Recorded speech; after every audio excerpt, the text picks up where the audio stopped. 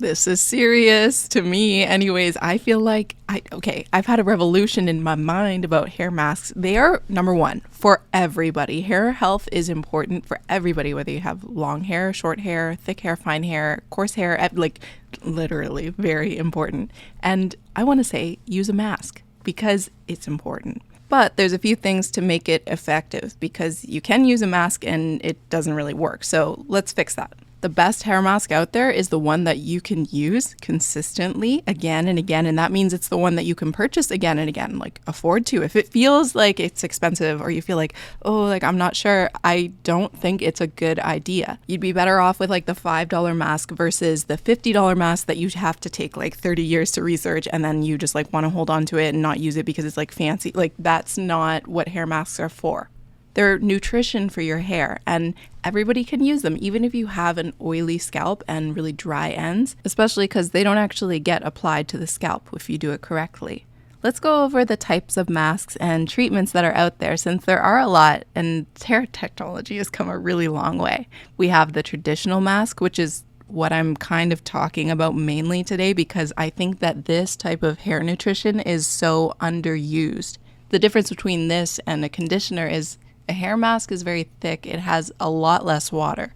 And to use this correctly, you want to shampoo your hair, lather it up, rinse it all out, and then use your mask on damp hair. You wouldn't want to apply a mask and then go in and use shampoo. You have to rinse after shampoo and then apply it because the shampoo is like detergent. So it can really strip away, even if it just runs by the length of your hair, a lot of the oils and hydration that's supposed to be there. So that's the first type of mask, but we're going to look at the types of treatments/masks, and there are 3 in this video. This next one is really interesting and could be really helpful. A bond repair product like Olaplex has a patent on this technology, and it is proven to go into the hair shaft inside and repair broken bonds. This has a different order of use. You actually use this before shampoo on damp hair. Bond repair is serious business and it actually has its own order. It goes on damp hair before shampoo and you could technically add a mask after. Now that product is quite expensive, but hair glosses are the third type of treatment that I consider to be like a mask, and they are usually quite inexpensive. These treat the outer layer of the hair, whether you're using a lamellar water or a gloss that's more of like a gel and a thick type of cream treatment. It looks a lot like a mask, but these glossing products act on the outside of the hair. They don't nutrify or help or rebuild the hair. After shampoo, you apply this onto wet hair and always follow the instructions based on the product you're using, but it's like a top coat. And so you shouldn't rely on it to make your hair healthier. However, it's very protective and it has the most gorgeous result on hair. If you've never used a gloss and then you go to try one, you will fall in love with the results. You use your shampoo, rinse it out, and then if it's the lamellar water one like this, you just rinse it onto your hair and then wait 8 seconds and rinse it out. It's amazing. This will give you that like very commercial line of light in your hair. The gloss is for the aesthetic, the mask is for the nutrition, and bond repair is for bond repair. All 3 have their place, you know? And I think it's important to consider using a mask more frequently and not looking for something that's really expensive, like I said, because using those hair masks consistently is your best defense against the aggressions of like everyday life. And when your hair has that extra elastic from the mask, it can really withstand and not break when it's put in a ponytail or it rubs against your coat or just the weather is cold or dry. I always detangle my hair if I remember before I apply a mask because it makes it easier to apply it. Even once my hair is wet, it just is better if it's not all knotted up.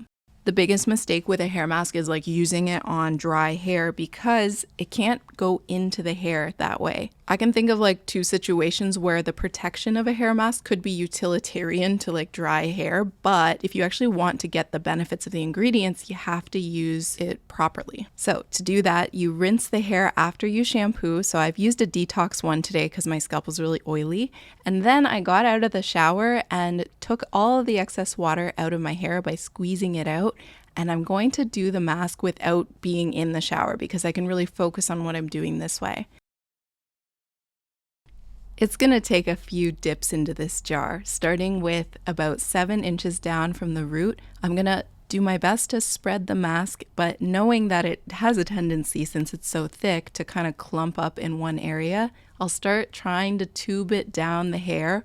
But one of the best things you can do is, after trying this for a while, open the hair back up and see what parts don't have any mask.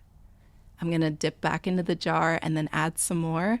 And you'll see as you start to massage this in and through the hair, it actually starts to disappear a little bit. It goes from being like bright white and looking like moisturizer or like face lotion to being kind of just not there, just wet looking.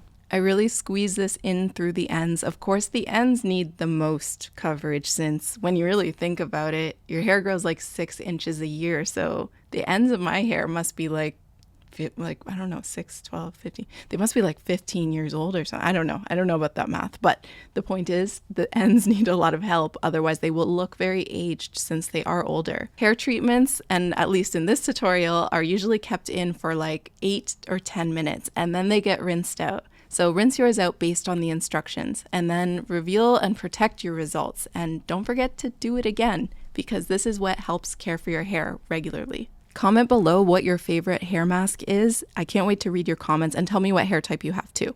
I love you guys. Thank you so much for watching. Don't forget to give this video a thumbs up and click on my channel for more.